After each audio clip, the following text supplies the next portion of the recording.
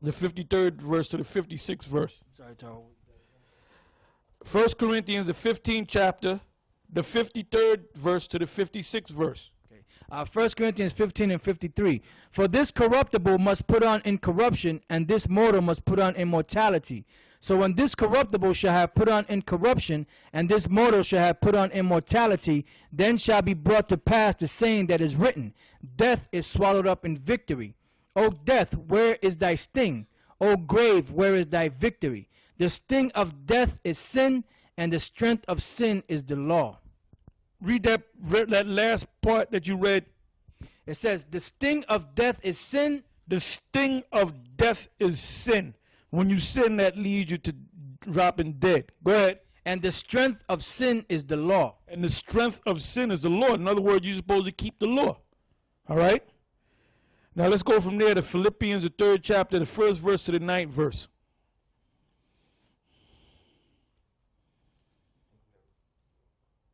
Did we read all those verses? Yeah, just read it again, quick. Philippians 3 and 1. Finally, my brethren, rejoice in the Lord. To write the same things to you, to me indeed is not grievous, but for you it is safe. Beware of dogs, beware of evil workers, beware of the concision. For we are the circumcision which worship the Most High in the Spirit, and rejoice in Yahushua, and have no confidence in the flesh. Though I might also have confidence in the flesh, if any other man thinketh that he hath whereof he might trust in the flesh, I more. Circumcised the 8th day, of the stock of Israel, of the tribe of Benjamin, and Hebrew of the Hebrews, as touching the law, a Pharisee. Concerning zeal, persecuting the church. Touching the righteousness which is in the law, blameless. But what things were gained to me, those I counted loss for Yahushua. Yea, doubtless, and I count all things but loss for the excellency of the knowledge of Yahushua, my Lord, for whom I have suffered the loss of all things, and do count them but dung, that I may win Yahushua. And he found in him, and be found in him, not having mine own righteousness, which is of the law, but that which is through the faith of Yahushua, the righteousness which is of the Most High by faith. Right, that's the righteousness which is of the Most High by faith. The righteousness is the law, but keeping it through faith. All right, now let's go from there to the book of 1 Timothy, the 1st chapter, the 4th verse to the 11th verse. 1 Timothy, the 1st chapter, the 4th verse to the 11th verse. 1 Timothy 1 and 4. Neither give heed to fables and endless genealogies, which minister questions rather than godly edifying, which is in faith, so do.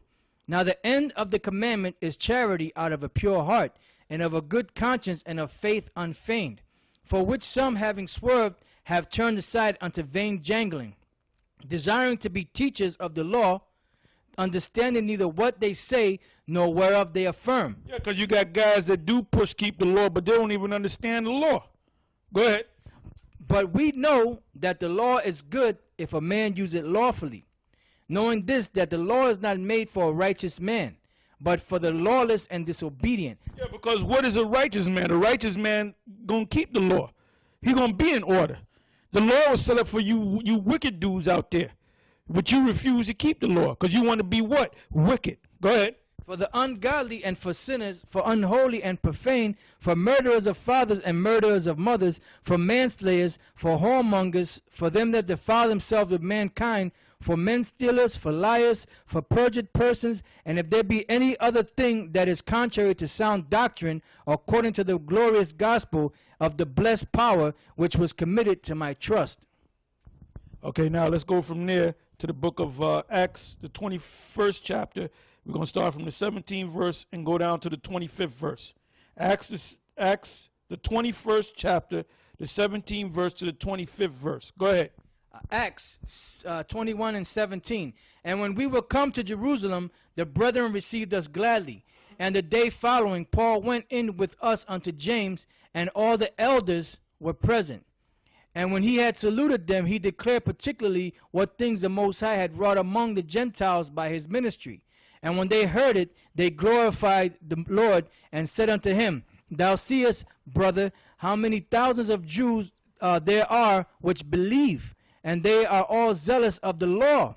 And they are informed of thee that thou teachest all the Jews which are among the Gentiles to forsake Moses, saying that they ought not to circumcise their children, neither to walk after the customs. What is this therefore? The multitude must needs come together, for they will hear what that thou art come.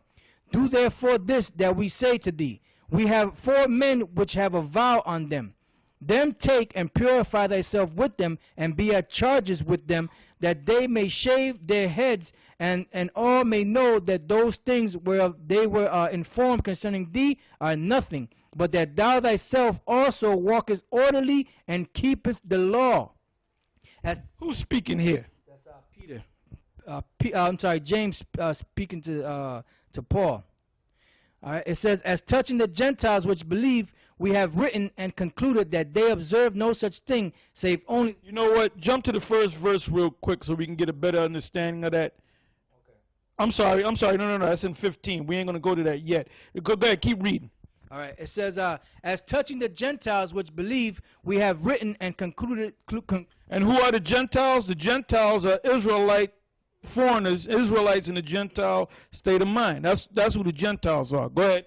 It says, as touching the Gentiles which believe, we have written and concluded that they observe no such thing, save only that they keep themselves from things offered to idols, and from blood, and from strangled, and from fornication. Yeah, basically, now go from there to Colossians, the 2nd chapter. We're going to start from the top. That whole thing about, the law, when you had the Gentiles coming into this truth, the faith of Yahweh Shai, they didn't put a big burden on them that they got to keep the law perfect. Like I said in another show, I said that you had Israelite foreigners that came back to Israel, knew that they were Israel. They were still dressing kind of like they were in a Greek fashion, man. They were still eating Greek food and Roman type food and stuff. Their houses were made with pillars and stuff, Roman design. So they fully didn't come into that, but as they grew, they came more into it. Just like us today, all Israel fell off. So basically, all of us are Gentiles. So now we're coming back into this, right? So you see, when we go to work or we do what we got to do, you dress the fashion of the world. You go to the store, you buy things. But when we get together and we teach, we wear the garments. Now, are you supposed to wear the garments all the time? Yes, you are. Are you supposed to keep all the laws? Yes, you are. Is it possible to keep all the laws? No, because if you have if you're amongst Israel and there's an Israelite in where you live at, and he's a homosexual, and you kill his ass, you can't go to the police and say, "Well, I'm keeping the law of Moses." You can't keep all the laws, but you got to keep the laws to the best of your ability. That's why it said in Judges, the 5th chapter, and the 11th verse, rehearse the righteous acts. Go through the motions of the law. Keep it the best way you can. Just like the Passover. The Passover, you got to have a farm, and you got to raise cattle and sheep from the time that they're babies, and you got to pick the one without no spot on it, a male, and it's got to be exactly a year old. Can we do that? So are we technically keeping the Passover to the letter of the law? No, we rehearse the law. Okay? Go ahead. Colossians 2:1. For I would that you knew what great conflict I have for you and for them at Laodicea, and for as many as have not seen my face in the flesh, that their hearts might be comforted, being knit together in love, and unto all riches of the full assurance of understanding, to the acknowledgement of the mystery of the Most High, and of the Father, and of Yahushai, in whom in whom are hid all the treasures of wisdom and knowledge. And this I say, lest any man should beguile you with enticing words. For though I be absent in the flesh, yet am I with you in the spirit, joined and beholding your order and the steadfastness of your faith in Yahushai. As you have therefore received Yahushai, the Lord, so walk ye in him, rooted and built up in him, and established in the faith as you have been taught, abounding therein with thanksgiving. Beware lest any man spoil you through philosophy and vain deceit, after the tradition of men, after the rudiments of the world, and not after Yahushai. For in him dwelleth all the fullness of the powerhead bodily, and you are complete in him, which is the head of all principality and power, in whom also you are circumcised with the circumcision made without hands, and putting off the body of the sins of the flesh by the circumcision of Yahushai, buried with him in baptism, wherein also you are risen with him through the faith